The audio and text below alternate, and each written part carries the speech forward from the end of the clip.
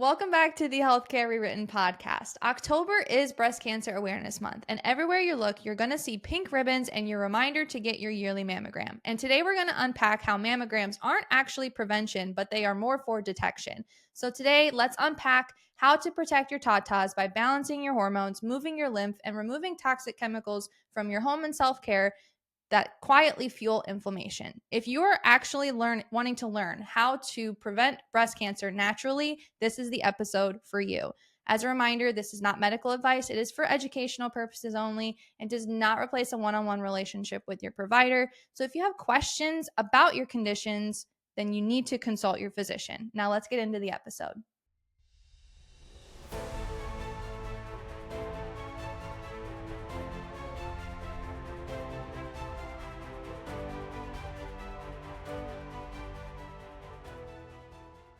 Welcome in, everybody, to another episode of the Healthcare Rewritten podcast. Welcome in. Welcome in, everybody.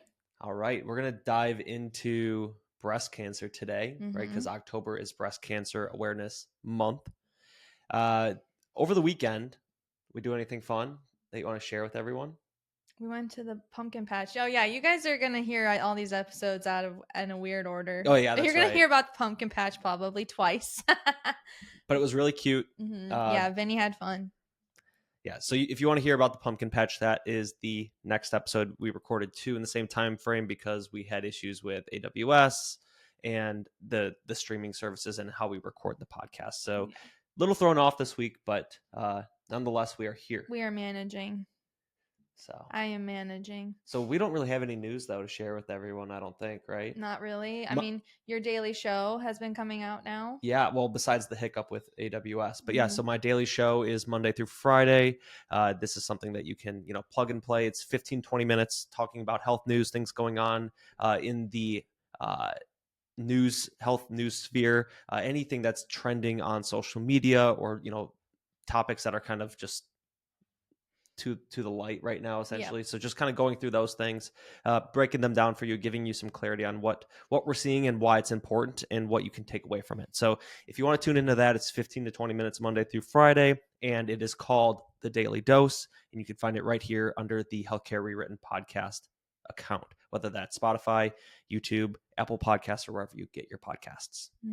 So yeah. But yeah, really exciting. I really enjoy that. Yeah. It's a good opportunity. And it helps with context too, because people a lot of times will read headlines and they don't read into it and they get scared by the headlines instead of actually, digging into the article. So I think that's important that you actually do that. And it's, one of the driving reasons on why I decided to do that was because I go on social media and there are individuals who absolutely hate the Maha movement. They hate no matter who's in office, right? It's very polarizing right now. And whether it's doctors or content creators on one side of the political spectrum, they don't care about holistic health. They think all of it's a sham. They nitpick all the videos that have nuance to them in general. And they say, this is false, this is false, this is false. They go after RFK. They go after everyone. And again, RFK is not perfect, but that's not a good idea. Like, you're just going to confuse people even more. You're going to create this even bigger divide, and we don't need that with healthcare. Right?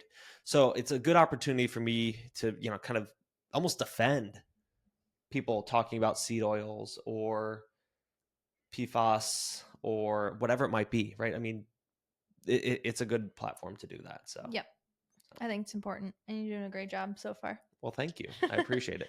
Yeah, I mean, Dr. Collin does not let me listen to his recordings when he's in the room with me. So I have to listen to them on my own time. That's right. You got to listen to it. Well, and sometimes it's stuff that you don't even know that's happening either. Yeah, but I do send you a lot of the info. Yeah, you do send me some good scour social media for this stuff. So you do a good job. I appreciate that. But let's start diving into the root cause rundown on pink washing, on breast cancer, and what we can do about it.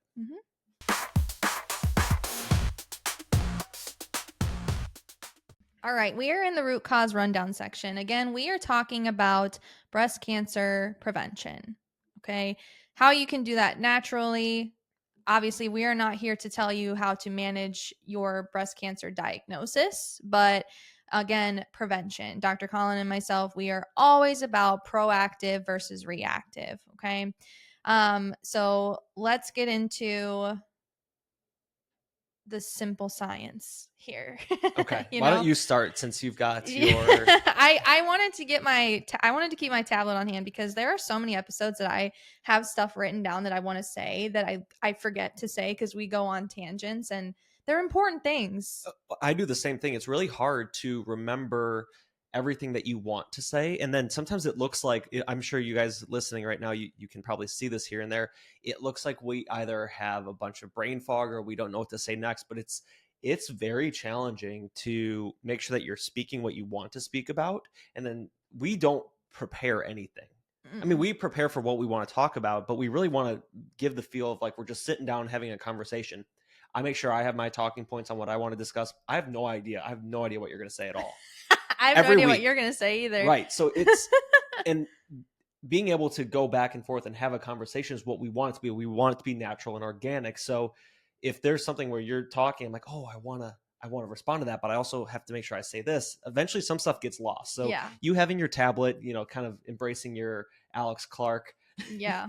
in you, right? So that'll help out. Yeah. It's just giving me all my talking points because I have quite a few It's hard. that we're going to discuss today. So, first things first, cancer in general. Okay. We need to understand that every single person on the planet is producing cancer cells from the minute they are born. We are all producing cancer cells, but our bodies are very smart. Our immune system is very smart to make sure that that cancerous metabolism does not continuously happen. Okay, so cancer really, really comes down to the immune system.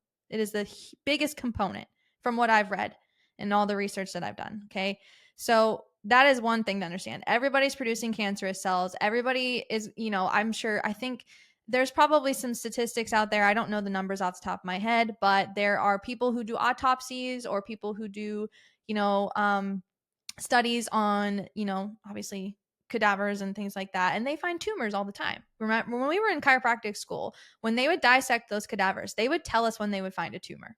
I actually remember one of the cadavers had stents in the veins and arteries. I remember those. I remember that too. And I was like, look at these weird spiral things. So you actually get to see them within the body. And yeah, they would find tumors because people have cancerous metabolism on a daily basis. But again, the immune system should be in good standing to prevent that metabolism from becoming cancerous as far as getting a diagnosis. You know what I mean? So that's just the gist of it. Okay. I would also say really quick that tumors are your body's innate way of actually protecting your body after your body does make a form of a mistake. Yep. Right. And people look at it as this evil thing. And yes, I guess technically, but again, your body is so freaking smart and it's doing it for a reason. Mm-hmm. Yeah. So like think of it like with the tumors, your body is encapsulating those cancerous cells, right? Correct. Into a tumor instead of letting it disperse throughout your whole body. What do we know about cancer? When cancer is in one specific place, in one organ system, it's staged at stage 1. And that is the most easily treatable. Okay. What happens when it's metastatic? They basically say it's a death sentence, right? So when that tumor develops, instead of it dispersing throughout your body, becoming metastatic, your body is, again, trying to protect you. So I love that you said that. Yeah, really important. Mm-hmm. Now, when it comes to things like breast cancer, there are multiple different ways and avenues that this can develop in the body. And again, one of them is through the immune system component, where it's essentially not in a good standing. It's not in a good state to prevent this cancerous metabolism, but also has a lot to do with hormone metabolism at the same time, whether or not it's a specific type of breast cancer. And so a lot of majority of cases come down to estrogen metabolism. Yes. And we've talked about this on a couple different episodes. And that's why we like to test for it, looking at that metabolism, looking at that clearance. That's where Dutch testing can be very valuable. I mean, it's not like the gold standard, the only thing you need to be running if you're trying to, address hormone metabolism, but it's a great tool. Yes. And so when we look at a Dutch test, there's three main pathways of estrogen metabolism. Okay. We have the 2-OH pathway, the 4-OH pathway, and the 16-OH pathway. And these are all of these estrogens are metabolized through these pathways by cytochrome P450 enzymes in the liver. So all of this happens in the liver. Okay. And so when we go down these different pathways, there are different things that can happen, right? If we go down the 16-OH pathway, usually those estrogens are just recirculated through the body. If we go down the 2-OH pathway, that is the protective pathway where our estrogens are actually going to be detoxed from our system. Versus the 4-OH pathway, this has two different avenues that it can go. It can be metabolized into glutathione, or it can be metabolized into a dangerous estrogen, which can actually influence your gene expression in a sense, promoting cancerous metabolism. Yeah, impact your DNA. Mm-hmm. Right? DNA damage, oxidative stress, all of that, which we know can impact cancerous cells, right? And mitochondria too, which I want to make sure that we don't lose focus on that. I want you to talk about germ theory versus terrain theory. Oh, well, way to throw me on the spot here. Well, I wanted to make sure that we discussed. See, we're all over the place here. We're going to talk about a bunch of different things, but I want to make sure that we hit on insulin resistance as well.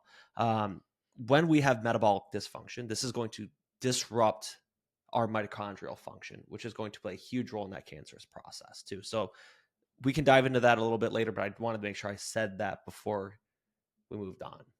Okay. So germ theory versus terrain theory.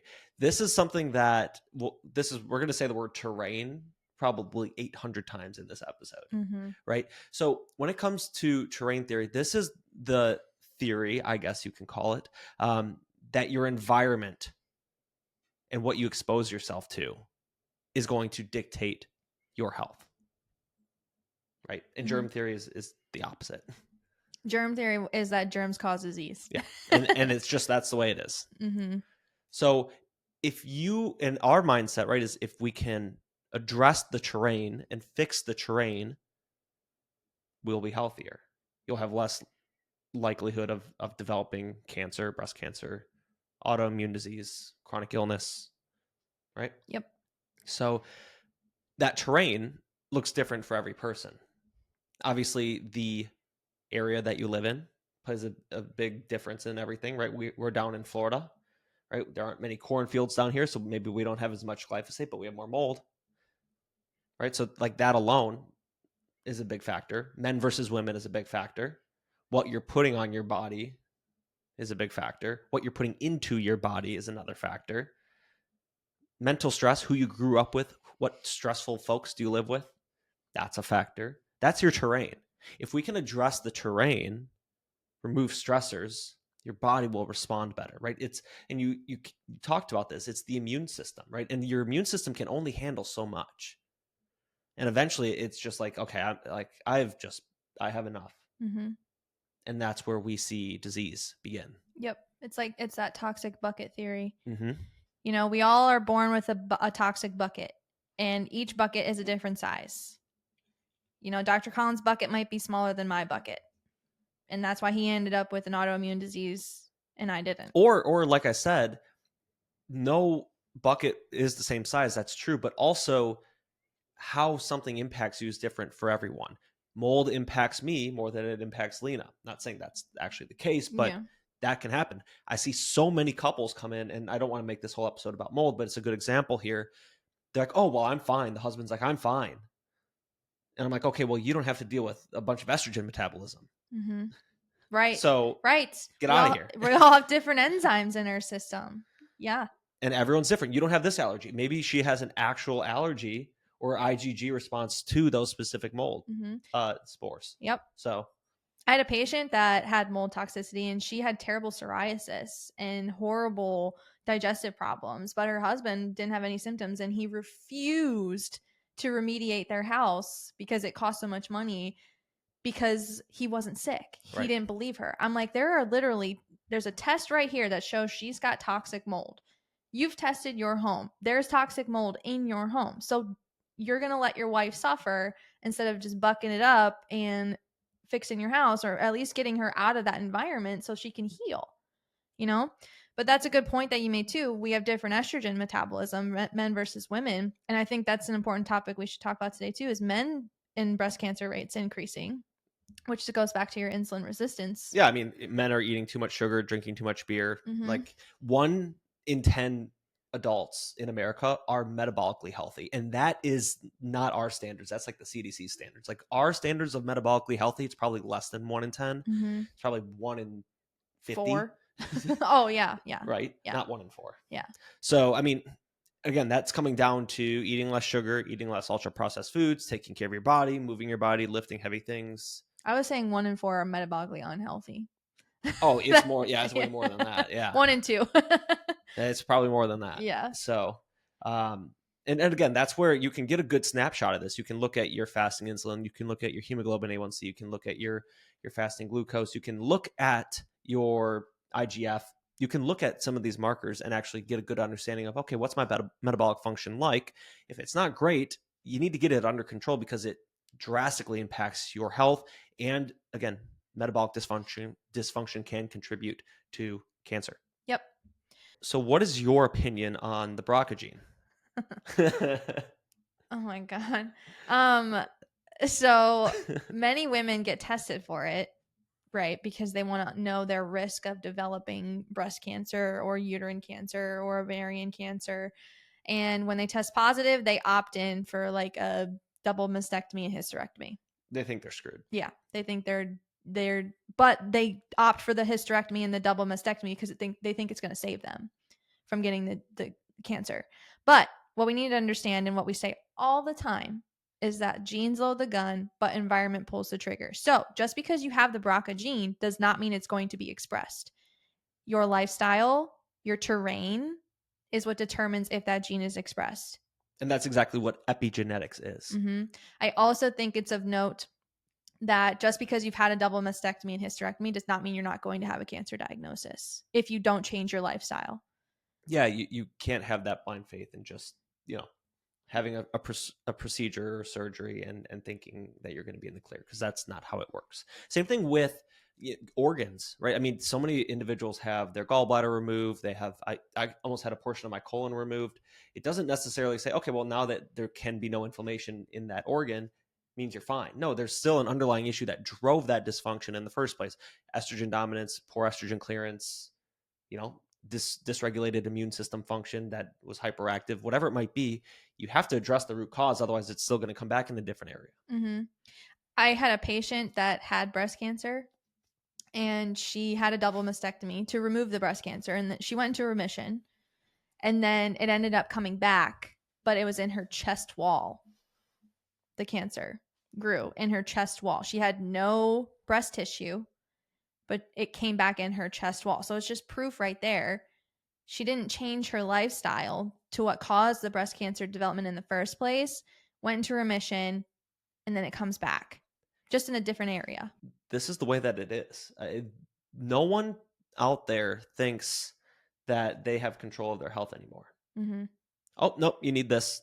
Oh, this test came back positive. You need this. You need this. You need this. You know what you need to do is you need to get outside. You need to move your body. You need to do the basics and the fundamentals. And no one's doing the fundamentals anymore. Doctors aren't even talking or asking about the fundamentals anymore. And maybe maybe they have fatigue from that. I'm sure they do. Right? Mm-hmm. I mean, because you have to do the fundamentals. Yeah, you're beating a dead horse. Yeah. I have patients that come in and they're like, oh, like, I want to try this, or like, what about CMOS, or what about, this supplement, or what about wobble or the Vibe plates? I'm like, okay, we can like add that stuff in. Those are fine. Are you drinking 80 ounces of water a day? Well, no. Okay, well, Vibe plate's not going to fix you, and neither is CMOS. So like, you have to do the fundamental shit. Yeah. I feel like I have that conversation every day. Yeah. Let's get back to the basics, the fundamentals, foundational stuff, like to prevent these issues from happening again. So you're not having to take a supplement all the time just to function. Yeah. You should not have to take magnesium just to go to the bathroom. You should be able to go to the bathroom on your own, But anyways, so we're talking about estrogen metabolism quite a bit. and how that can influence your risk of developing breast cancer based off of oxidative stress, inflammation, not detoxing estrogens appropriately. So let's talk about some ways that you can help promote better estrogen detox. One of them is through cruciferous vegetables. So this is why I'm not a fan of carnivore for women, because we need those greens to detox estrogens appropriately. Carnivore may work for a short period of time for women. Yeah, I mean, especially if you're dealing with like severe insulin resistance, or Mhm. you're dealing with like SIBO or something like But that. that essentially helps you to remove those ultra processed Sure. foods, getting you to focus on whole foods. But I think women in general need to be consuming green cruciferous vegetables on a daily basis, because we need that. It promotes methylation. A lot of people struggle with methylation, and that methylation is what helps us to detox our estrogens effectively and efficiently. Mhm. So You hit that right on the head. Absolutely. couple of supplements you can do. Lots of B vitamins. DIM, yep. Diindolylmethane, right? Calcium D-glucarate actually helps to promote that as well, but a lot of B vitamins. So where can you get B vitamins? Obviously those cruciferous vegetables. Eating red meat. Yeah, right.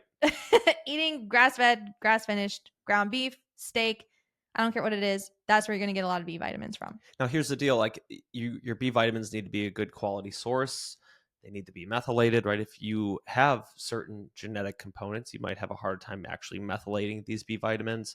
So just if you're going to supplement with B vitamins, make sure that they're methylated. I agree. Pretty easy to check that on the back. You just look for the word methyl, put in there. So. Methyl tetrahydrofolate. Yep. Methylcobalamin. Do not buy anything with cyanocobalamin. That is a synthetic form. You're not going to methylate it. You're just going to pee it out, and it's not going to do anything. Yep. And it's a waste of your time and money. So, a couple of other things with breast tissue. There's a lot of lymphatic tissue in this area. Okay. What happens when we have stagnant lymph? You're not detoxing. Okay. If you're not detoxing, the immune system gets involved and starts to become triggered by this toxicity, which can also increase your risk for breast cancer. So there's things you should be doing to promote better lymphatic flow. Moving your body. Number one thing, go for a walk. Get some exercise in. Very simple. Drink water. Yeah, the basics, right? The basics, yes. That's what's going to, you don't need to do lymphatic massage. You don't need to do vibe plates. Nothing against those. No, though. They can actually be great. Helpful tools. Lymphatic brushing, all of that. Yep. Yeah. But you need the basics as well. Okay. What causes stagnant lymph? It's literally lack of movement, right? When we look at the lymphatic system, I want you to think of the vascular system, the cardiovascular system. Your heart acts as a pump that moves blood through your body. For your lymphatic system, you don't have a pump, an internal automatic pump. You are the pump. So you need to move to promote that flow. You might notice that if you sit down for a long period of time, your feet and ankles get swollen because you're not moving, and that lymph fluid is literally just migrating because of gravity. So you need to move your body, promote better lymphatic flow so this stuff does not get stagnant within your body and does not cause inflammation or oxidative stress. That's a good way to put it. I love that. Immune function, right? Where is the bulk of our immune system? The gut. So do you think that if we want to prevent our risk of breast cancer or any cancer, we should be looking at the gut? You would think you would look at the gut with almost everything. Yeah. Right? If we can just address the gut and our metabolic function, the chronic disease wouldn't be 95% of all of our healthcare spending. Yes. I'm sure that'll pick yes, up queen. Absolutely. So how can we promote better gut health? Obviously, number one, get tested. Well, number one is actually don't eat a bunch of bullshit. True. So ignore all of the fast food. I'm telling you, it's bad for you. It's not nutrient dense. There's seed oils. A lot of people don't respond well to gluten. There's dairy. It's ultra processed. It's a bunch of BS. Not going to be good for you. You're not going to feel great.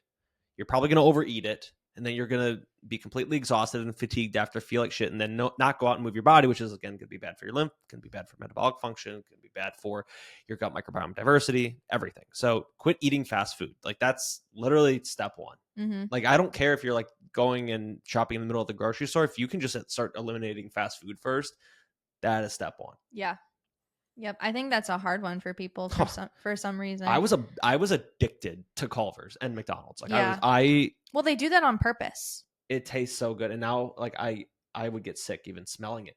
That happened at the wedding. Someone brought that around me. I'm like, like this is awful. Yeah, it like, doesn't this, even just the smell. Yeah, you can like smell the grease on it.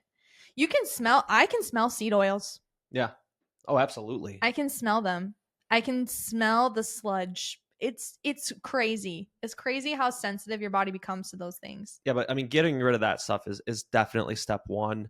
And it really comes down to convenience. I don't care. You're not going to convince me that you're doing it to save money.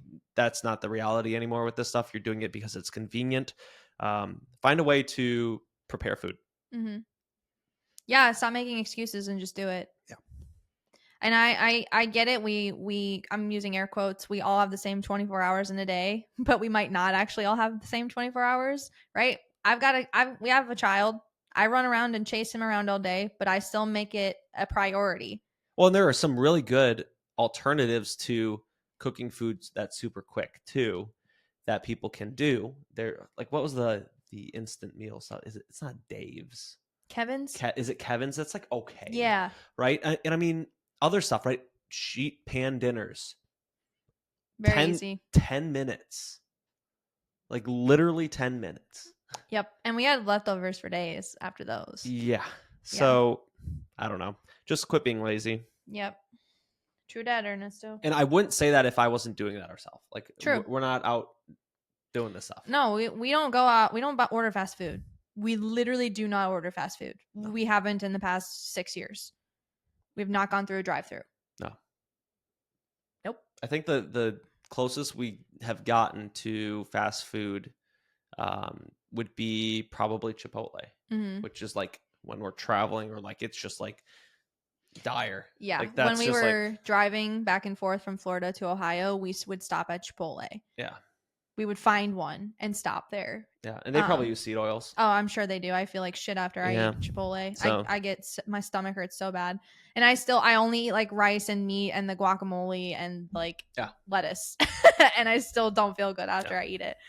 So I know they use seed oils, but still, it's a better alternative to the fried stuff that literally will probably make me feel like I'm gonna die for a week. No, thank you. I'd rather not. That was a good tangent. Back to So what are other things we need to focus on for prevention? Is the liver. We talked about estrogen metabolism, how this all happens in the liver. Yeah. What clogs the liver? Sugar. Which drives what? Insulin metabolic resistance. Dysfunction. Yeah. Man, and everyone's mad that the MAHA movement that's their primary piece is to address metabolic dysfunction. It's common sense. Like this is what I don't understand about people who hate this administration. They hate the MAHA movement. It's like, do you have no common sense? Well, that's what people are. They're not thinking with common. They're like, oh, well, the research. Hey, guess what, idiot?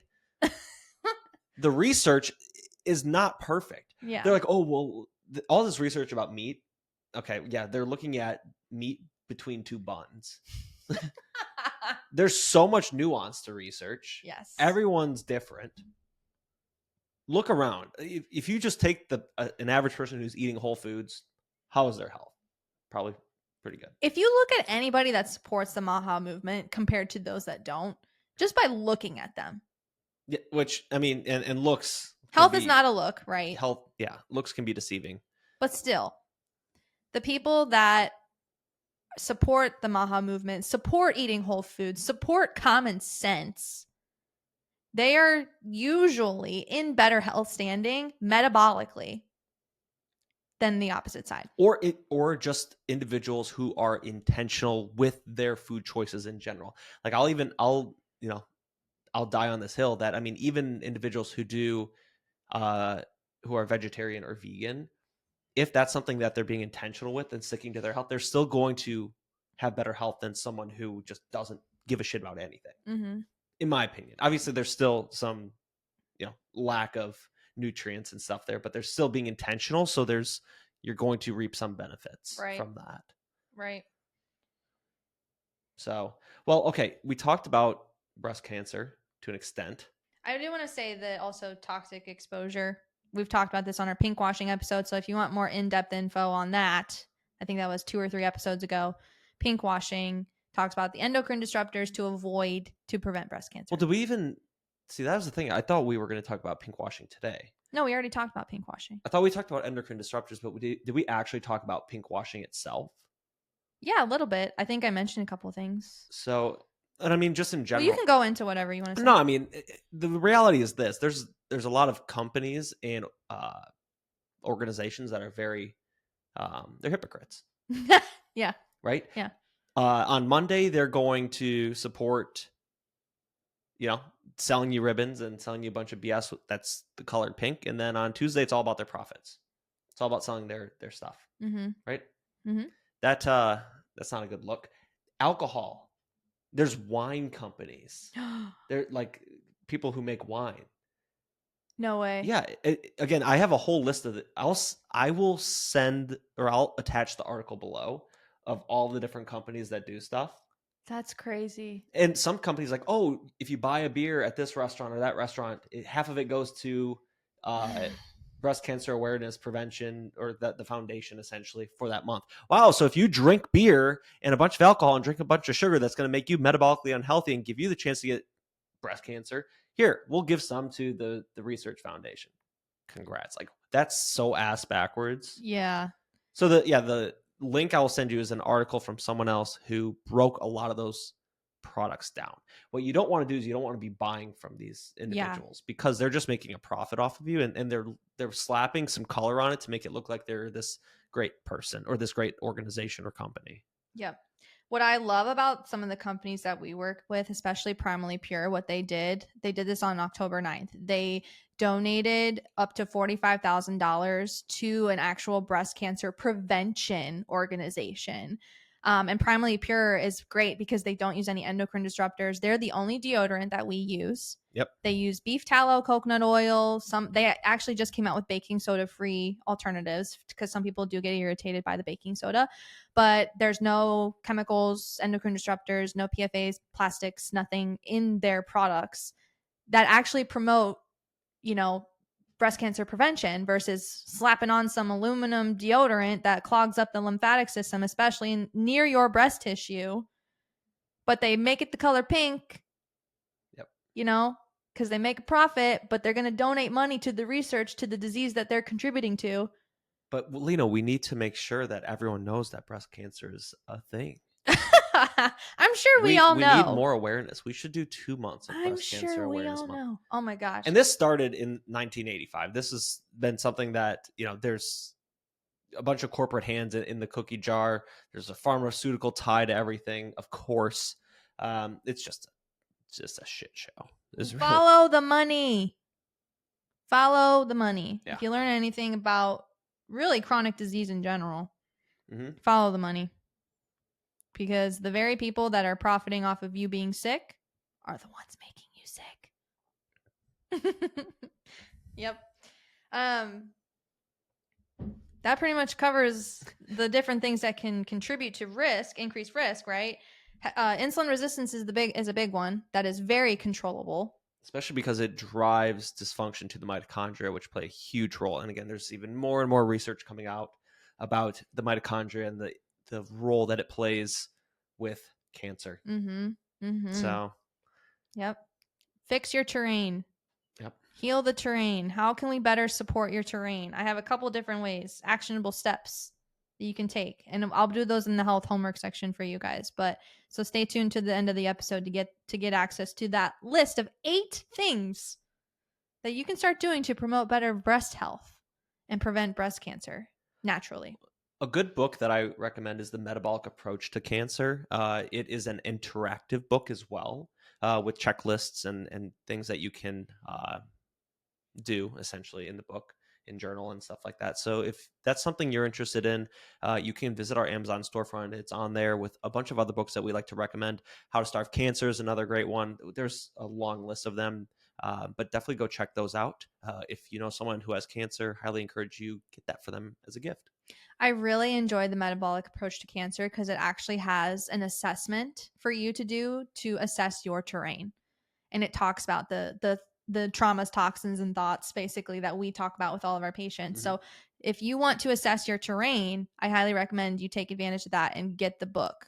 And the big thing when it comes to assessing the terrain, and we talked about this already, but you need to be, it's about being proactive, right? If you want to address your terrain, it takes time to change terrain.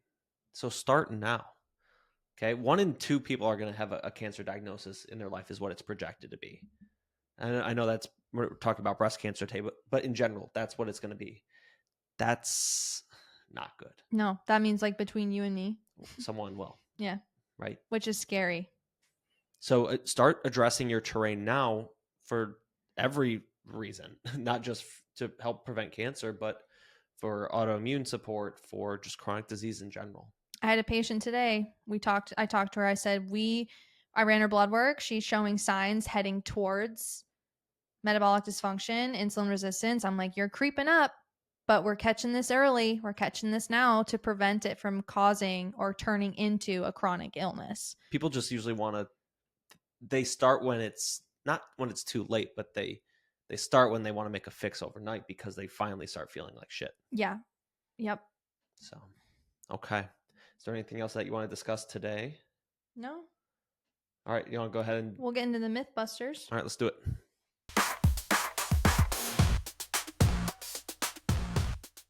Welcome into the Mythbuster section. So, the myth for today. This one's very controversial. Oh boy. Buckle up. Very controversial for today. But the myth that we are letting you know, whether it's fact or cap, is mammograms prevent breast cancer. Cap. Cap. Yeah. No, not necessarily. So I don't want to discredit what mammograms do because obviously science, right? But they are not there for prevention. They are there for detection. Everyone says, oh, they save lives. Mammograms save lives. Right? Okay, they catch cancer in early stages. Okay, you just said it though. You say they caught the cancer. They caught the cancer. They didn't prevent the cancer. So getting your yearly screening is not preventing you from getting cancer if you are metabolically unhealthy, if you don't address your liver, if you don't address your gut, if you don't address your immune system, if you don't address your toxic lifestyle, if you don't address whatever else we talked about earlier in the root cause rundown. If you don't address any of those things, but you're getting your yearly mammogram, you are not actively preventing your risk of developing breast cancer or preventing your breast cancer. Could lead to overdiagnosis too. Yeah. Yep. There's actually a statistic, and someone who's really interesting to listen to about breast cancer specifically, she's a medical doctor, Dr. Jen Simmons. She has a whole podcast about breast health. She does a great job. A statistic she mentions from, I think it's from a study that was done in Canada. For every 2,000 women that get screened with mammograms regularly, they will save one life. But in those 2,000 women, 10 of them will be treated for breast cancer unnecessarily.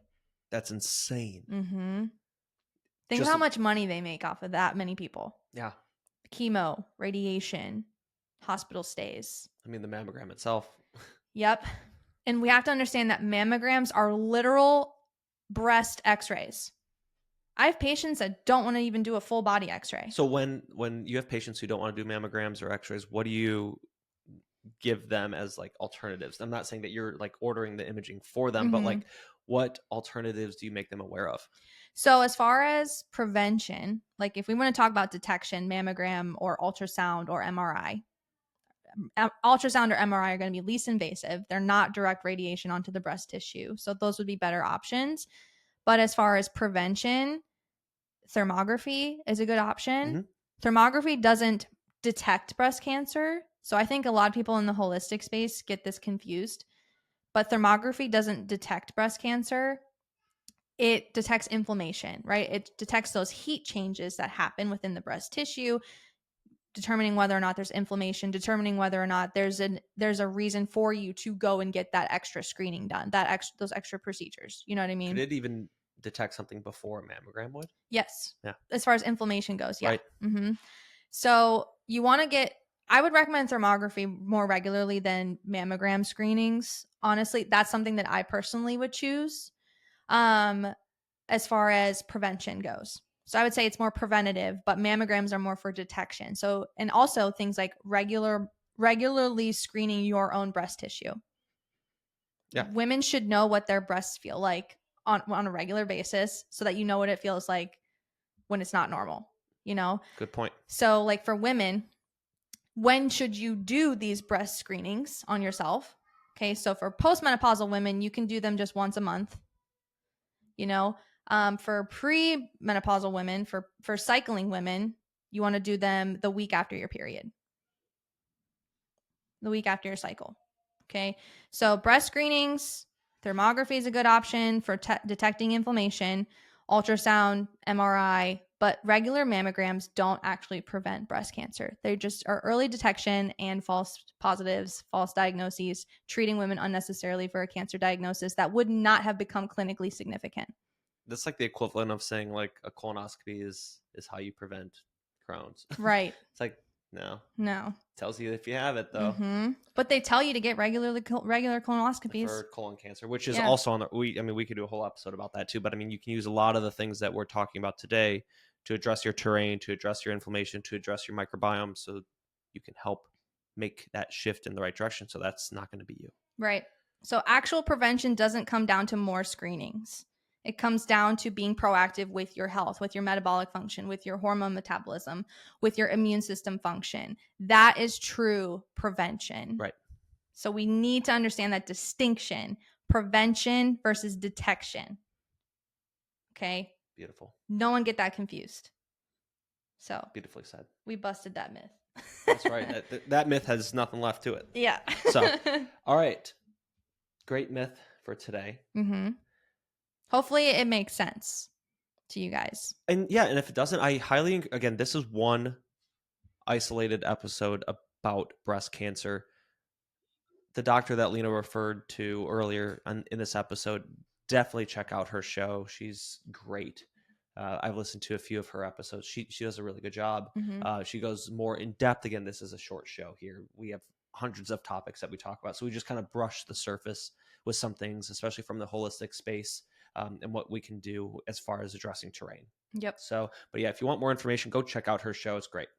And what's it called? She has it's called Abreast or something like that? Abreast. Staying abreast. Or something like that. It's a great show. Yeah. She does a really good job. And she specializes, obviously, she's an integrative oncologist. Yeah, she used to be a surgeon. Yeah, she used to be in the medical field. She left the medical field because, I mean, we know what goes on, right?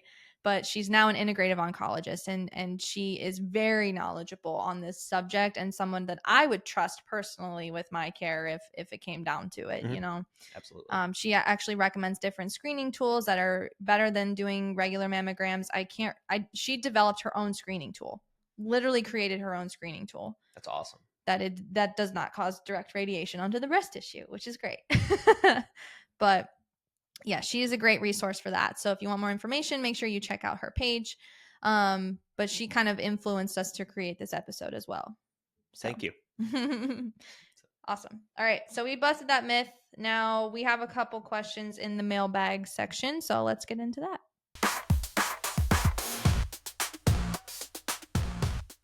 Alrighty, we're back for the mailbag. Lena, what's in the mailbox? In the mailbox. This is a good question pertaining to breast health and breast cancer. Okay. Are breast lumps always cancer? No, they are not. They are not always cancer. I have had a patient in the past. She was nervous. She had a breast lump, but it would only like develop during certain points in her cycle. She would only feel it really during certain points in her cycle. And she was really curious and nervous about that. So and I directed her in certain ways to, hey, go get that checked out by your OBGYN, just to make sure. But she had ultrasound done and they did not find anything clinically significant. It actually only ended up being a cyst, that you're able to drain cysts and you don't have to have surgery to drain cysts in most cases. So we worked on her hormone metabolism. We actually ran Dutch testing on her, and she had no signs of the oxidative stress component. Good. Her 4-OH pathway was normal, right? So it's more so estrogen metabolism, fluid buildup, immune system components, and she ended up being totally fine. But if you're worried about something like that, if you have tissue that is different, if you do your monthly breast exam and you're noticing changes in your tissue, you should definitely get that looked at. You should get that checked out, because that's a sign that there's something wrong. So it's better to be safe than sorry. I'm not saying, I know we just debunked mammograms preventing breast cancer, but if that's something that you're wanting to do, obviously you're free to make those choices, right? But I would just go and get an ultrasound. I love that. That's great. Mm-hmm.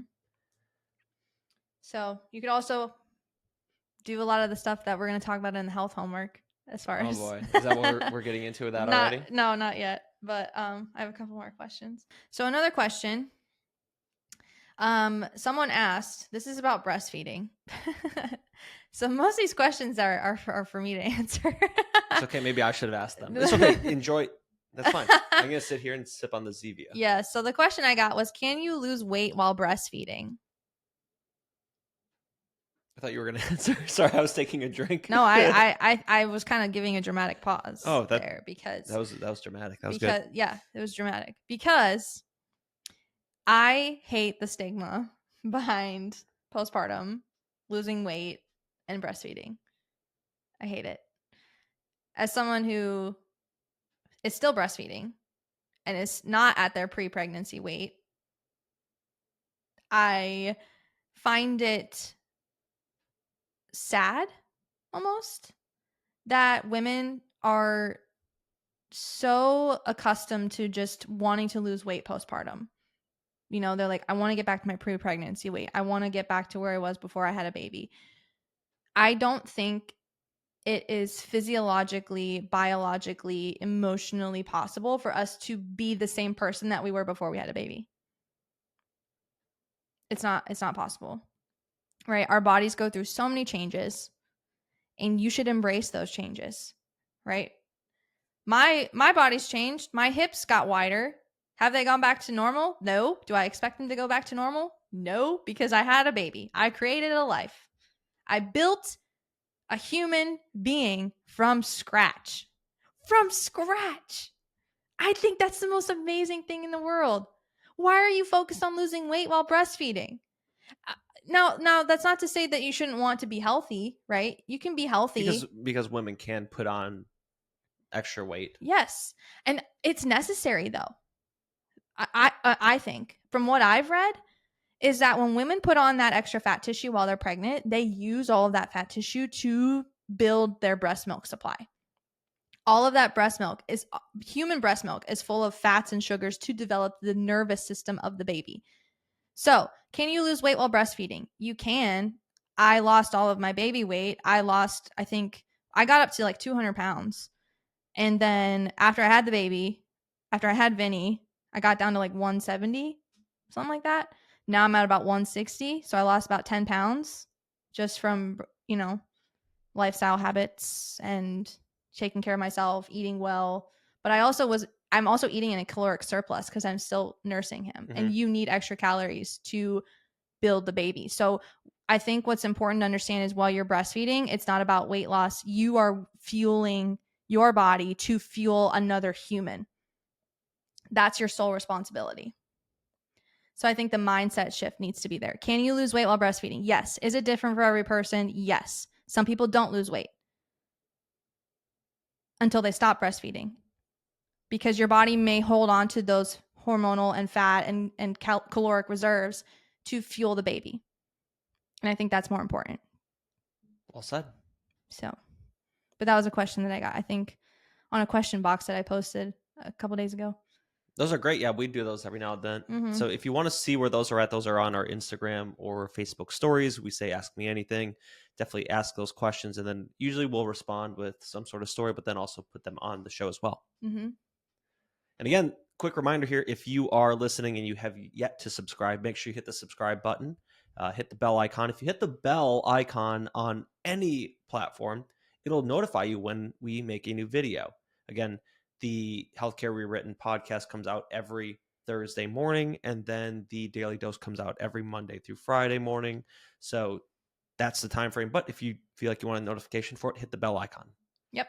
And then there's a little like button down below. If you hit the like button, that actually means a lot to us. It also helps push out the episodes a little bit more too. So definitely do that if you like the episode. Yes. Okay. Let's go ahead and dive into the homework. Sounds good to me. Okay.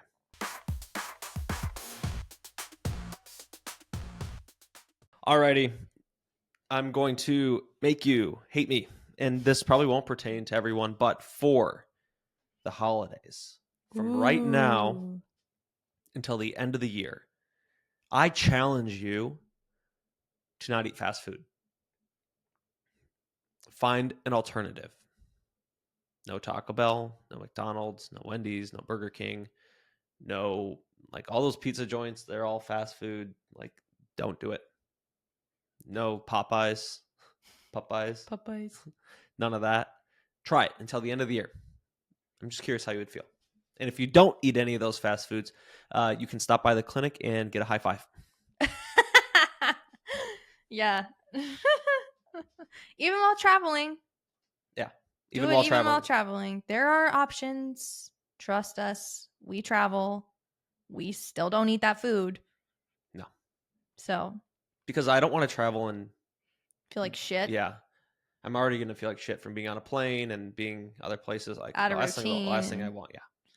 Yeah. No thanks. So it's doable. Just stop making excuses. It'll save you money. It's health homework that'll actually save you money. Yep. So. Exactly. And then you won't need to buy Tums. or Lactaid. Yeah. Yep. So my health homework is to help support your breast health. Okay. So I have eight different things that you can do. Okay. Number one. All right. This is kind of just across the board what you should be doing on a yearly basis anyways, is test your estrogen metabolism. All right. I'm not saying you have to do this right now, but maybe save this for the first of the year, right? Maybe during the first of the year, you're going to start promoting better breast health for yourself, better hormone health for yourself, right? So test your estrogen metabolism.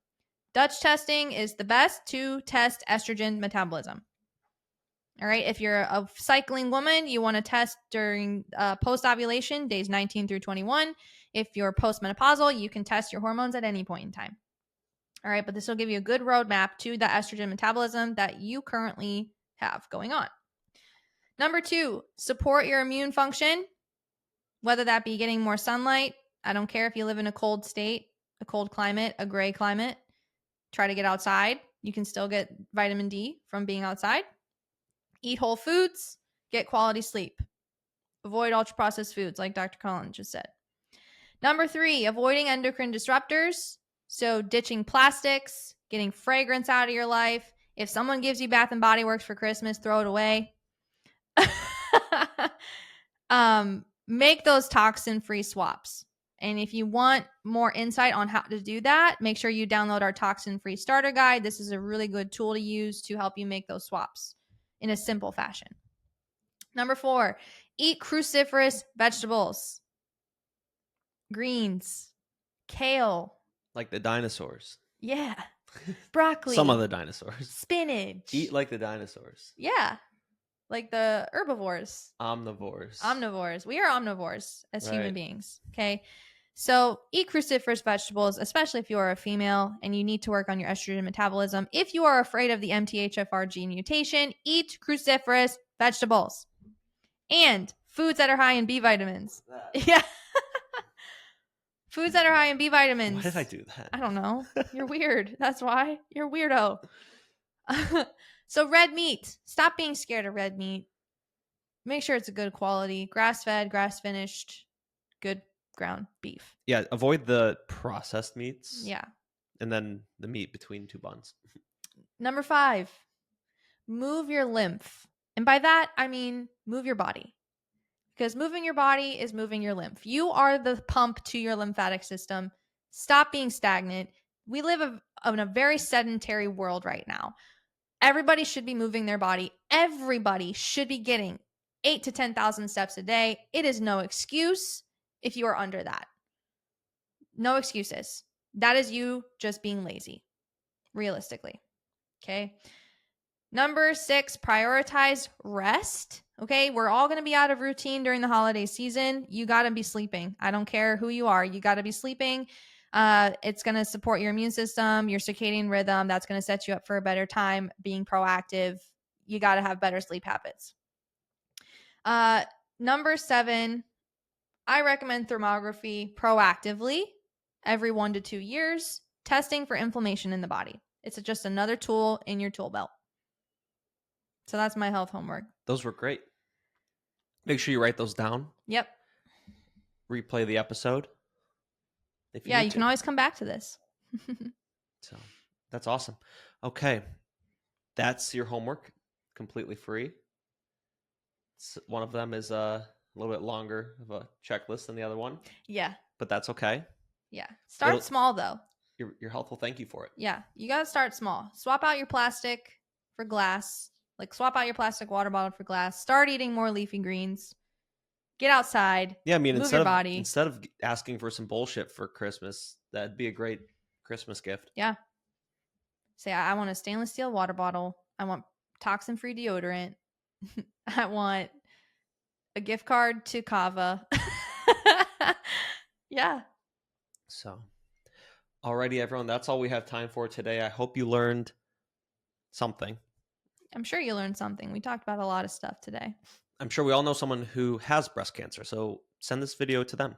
Mm-hmm. Have them take a listen. And if you want to start being proactive with your health, whether that be your hormones, your immune system, your metabolic function, make sure you use the link in the description below and schedule a free discovery call with one of us. We'd be happy to chat about next steps for you, what that looks like, and how we can achieve a more healthy life for you and your family. I love it. Awesome. Eat some broccoli sprouts. Peace out, bean sprouts. Have a good rest of your day. We'll see you all next week. Peace out, bean sprouts. Peace out, broccoli sprouts. Oh, that's what I meant to say. Peace out, broccoli sprouts. Did I say broccoli Brussels sprouts? No, did I say broccoli sprouts? Bean sprouts. Yeah, broccoli sprouts. Peace out, Brussels sprouts. I was on the anti-cancer. I know. Well, Brussels sprouts promote. I know. That's what I was thinking. Yeah, I get it. So, not the fun fact: Brussels sprouts contain something called sulforaphane, which is actually anti-cancer. Johns Hopkins. Is it Johns Hopkins or John Hopkins? Johns. I got yelled at so many times for that. Johns Hopkins actually tried to patent sulforaphane from broccoli sprouts to promote or to use in chemotherapy and cancer treatment, but they weren't able to because it's a natural compound. Wow. Yeah. So it's just how powerful. It's in broccoli sprouts. So if you want to eat something every day to promote cancer prevention, eat broccoli sprouts. Now that's definitely all we have time for. It's almost like we're talking to your family on the phone. We say goodbye. We say bye 7 times before we hang up the phone. It's like an hour later after saying goodbye. So, but we are actually saying goodbye. Yeah. We'll talk to you next week. Got a blast. Next week we're talking about next week's episode will be the immune system one we recorded yesterday. That's right. So how to promote better immune system health during the winter months and prevent you and your family from getting sick. Yep. Awesome. All right. Well, hey, let's talk about this for a bit. No, I'm kidding. It's time to go. All right. Have a good rest of your day, guys. Thanks for listening. Make sure to hit the bell icon, like, and subscribe. We'll see you guys next time. See ya.